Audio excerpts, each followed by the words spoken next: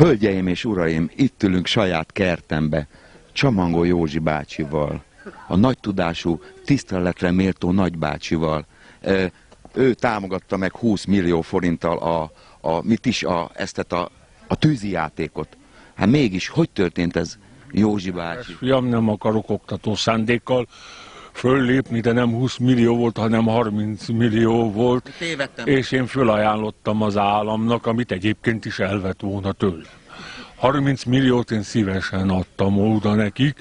Voltam egyszer benne a kocsmába, a helyi kocsmába, a virágferkóiknál, és kérném szépen, nagyon jó bora volt, mondtam, és ez úgy csúszik, mint jó zsíros parkettára disznótoros. Úgy ittam is, akkor bejött a másik valami minisztériumi ember, tele volt hólyagja, húgyjal, és bejött, kereste a férfi dolgokat. Tudom, akkor, mikor Józsi bácsi székrekedés kapott, akkor ott a múlt héten. Nem volt nekem székre, nekem rendben van a székletem, mert Mária a fűvel szoktam kenegetni a kipufogomat, kedves fiam. És ha erre gondoltál, na bejött a minisztérium ember, az kiajánlja föl, én be voltam rúgva, mint a sertés. Olyan először úgy jött a szó, hogy az egyik fülemen be, a másikon ki, mint Trockinál a csákány, ugye? Úgy volt ez, és kérném szépen, fölajánlottam én kurva anyámat. Hát igen, hát most a Józsi bácsi, hát mégis, hát ez szép. Mi ennek a föltétel ennek, hogy mink ez... Van ott. Igen, nem csak föltétel van, kérném szépen, van egy föltétele is neki, kérném szépen. Az, hogy a házam elé egy tankot oda vigyenek, és rá legyen a tanknak a csövére írva, hogy ez Erzsikéjé, és a tank a csöve után legyen 2 golyó, hogy tudjon védekezni, nehogy kis tank is legyen. Ha nem tud eléggé védekezni, húzzon csak a tank csövére gumit. Az tudja milyen jó már, hogy nehogy a fertőzés veszélyet a tankoknál is fönnáll, ugye? Meg azért jó a gumi, hogy radiát szerel rá, hogy a kanyarba is tudjon brr. Persze. Most köszönjük. Az, hogy ráírva ez Erzsikéjé. Hát ez tényleg, ez gyönyörű ez a kioktatás, de én azt szeretném kérdezni, hogy a munkás mozgalomban, amikor betetszett lépni, hát tulajdonképpen ezt szeretném én kideríteni, hogy a nézők tudják. Töröltem a lábomat, amint beleléptem oda. Én kérném szépen, régi mozgalmi ember vagyok, olyan régi mozgalmi ember, egyszer fölálltam a párt értekezleten, benyúltam a belső zsebembe, elővettem egy vakondokot, egy kitüntetést tűztem rá, azt mondja, megérdemli, mert ugye ő is részt vett a föld alatti mozgalomban. Józsi bácsi, és hogy van az a japánokkal, meg a repülő, mert hát nem csak a... Az esztályön várjuk a kérdéseket. Kérném szépen, nézze meg, én régi mozgalmi ember voltam, 56-os is, itt kiverték a fogam, nem a Hon verte ki, hanem a Boros Péter, az főpincér, amikor nem akartam fizetni. Akkor rúgtak ki a fogam. Na de térjünk a tárgyra. Én régi mozgalmán mindig jártam fölvonulásokra, jártam bizony. Kérném szépen, nagyon régóta. Aztán volt nekem egy nagyon hülye vidéki unokaöcsém, én is vidéki vagyok, de az még vidéki, a kurva anyád. Mondtuk is neki így, hogy úgy hívjuk, ez a kurva anyád Józsi. És kérnék szépen, az én unokaöcsém, azt szereti a fölvonulást nézi, azt meg szeretné nézni a cinegét, mondta annak idején. Én meg hülye, mint lévén erős ember, fölvettem a nyakamba a fölvonulásnál, ugye? Mentünk, csak nem elfelejtette azt mondani, nem mondta nekem, hogy egy vírusos hasmenése van, és amikor tüsszentett egyet, utána úgy néztem ki már a cinege előtt, mint aki most jön az iszap birkozásból, és a győztest a nyakába veszi, ugye? Kérném szépen, azt hitték, hogy most kezdődik a tűzijáték, olyan rotyogás volt, kérném szépen. Így történt, és azóta én nem megyek ki, félek, hogy valaki ráúrik a nyakamra. Mindig azt mondják, most egy a nyakamról jut eszembe, Józsi bácsi, törölje már ki a seggét, azt a nyakamhoz nyúlok. Józsi bácsi és a felesége hogy viselt ezt a hosszú múltat el? Hát végül is azért egy kitartó társ köllött ez mellé, hogy így végig... Te is neki esténként, hogy lehoznám, érted, a csillagokat az emlékműről, ilyenek volt. Meg hát azt kevesen tudják, de mondtam néked is, fiam, hogy kérdezd meg, de én helyetted leszek, tudod? Hogy én voltam kint, Szovjetunióba voltam. Lenint is ismert. Ez az, Lenin, úgy van. Kérném szépen, találkoztam személyesen Leninnel.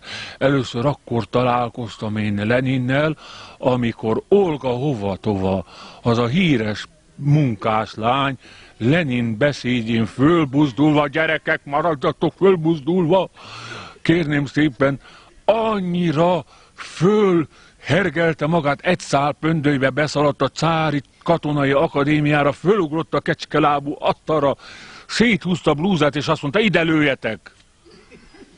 Hát lejjebb is volt, de nem járt rosszul senki, én ezt így hallottam. Aztán személyes találkozásom Leninnel, volt még más is, hogy Lenin egyszer megetetett egy éhező tevét a Moszkvai Nagyszínházba. Joggal kérdezhetném, fiam, nézel itt rám, joggal, mint teve az aranykapura. Meg is kérdezték tőlem, hogy mit keresett a Moszkvai Nagyszínházba egy teve. Hát a púpját, mert valaki ellopta. Én örülök, hogy itt veszik a lapot, nem merek Szovjetunióba, akkori Szovjetunióba viccet mesélni. A poén nem tudott leesni, mert ellopták. Drága Józsi bácsi, de hát a jó Isten szerelmet árulja már ne végről, és mi a föltétel ennek? Mit szeretne, hogy... Még Lenin történetem, itt kis fiók. Mondja el. Ennek kihúzom a fiókot, összerakom a betűket, és csak úgy dőlnek belőlem.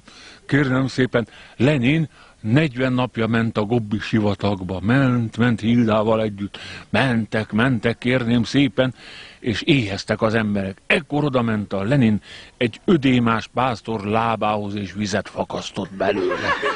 Ilyen ember volt Lenin, viszont a végén ne felejtse, de Lenin leleplezett egy parkbéli mutogatót. Kutuzov, a Leán Líceum fiataljai minden reggel poroszkáltak a téren. Mentek jobbra-balra, egyszer csak a Puskin szobor mögül kiugrott egy mutogató, olyan régi mutogató, gyűrött balonba, széthúzta a balont, kimerett a nagy répa, amit még a nagyapa se tudott kihúzni. Az egész család próbálta, de a kislányoknak tetszett. Lenin meglátta, oda ment a fazonjához, beleszólt, itt volt egy kis telefon, föltárcsázta, fölhívta a fazonrendőrséget, kijött a rendőrség, bilincsbe verték és elvitték az embert. Na de Lenin nem akarta a kislányoknak ezt a játékát elrontani. Nem ő, másnap ő állt be a szobor mögé, a mutogató helyet. Tehát ilyen ember volt ez a Lenin. Ja, meg volt olyan, hogy Lenin megmentette a partra vetett bálnákat. Sétál a Finnöbölnél, Lenin elte, fújt a szél, nagyon hideg volt, annyira, hogy találkozik egy cselovékkal, aki sír, de meg volt fagyva. Egyszer sírt, és azóta azt hordozta már évek óta. Minek annyi, ugye? És kérem, szóval sírt, mint a hallgat, vagy hallgat, mint a sír, nem tudom. Na kérném, szépen ment, és az egyik órával lógott a jégcsap, az egyikből a meleg, pirosan, a másik a hideg, megkeverte, és a langyos jégcsap is volt ott, kérném szépen. Na, megy és nézi át, te miért vacogsz itten, azt mondja, meg vagyok fázva, 3-szor tüsszentettem, elfelejtettem mindig elkapni a süvegemet, azt ellopták, ugye? Ekkor Lenin levette a legendás sapkát a fejéről, a térdén ketté törte, felét odaadta ennek a cselóéknak, felét föltette és ment. Látjám, hogy ott vannak a parton a bálnák. Fújtatnak. Lenin ekkor levetette a zakóját, letette a kikötőbe, de rárakott egy nagy hajót, meg köveket, hogy nehogy ugye ellopják az ő zakóját is. Aztán fölhajtotta mellényének az ingóját, most mondhatnám, hogy a mellénynek nincs ujja, de a Lenin mellényének igenis volt ujja, mert azt akargatta 468 órát, pontosabban 168 óra volt rajta. Igen, Ákos csinálta őket, mestermunka volt, és kérném szépen, Lenin ekkor odament, bevett a szájába úgy a zsebóráját, mert hát nem volt még vízálló. Na, visszagöngyölgette ezeket a bálnaféléket, Nem akartak menni, leállított egy motorcsónakot, leszette a viharmotort róla, rácsavarozta, bálnák, behúzta, azok meg mentek a fenébe. Na, ilyen ember volt Lenin. Meg Lenin, azaz szájmuzsik, úgy is van. Eloltott egy égő muzsikot. Na most Lenin sétál a Nevszkij prospekt és az Idegenforgalmi prospekt sarkán. Ott van a muzsikcenter. Szól ki ám a zene, hogy áll egy ifjú pártitkár a réten, abból lesz a jó balalajka. Ilyeneket engem izgat a rumba, lopni megyek a gumba. Ilyen zene szűrődött, kikérném szépen, és oda megy hozzá egy muzsik. Kért tőle tüzet. Lenin benyúlt a belső zsebébe, elővette ezt a nagy masinát, meggyújtott, átadta.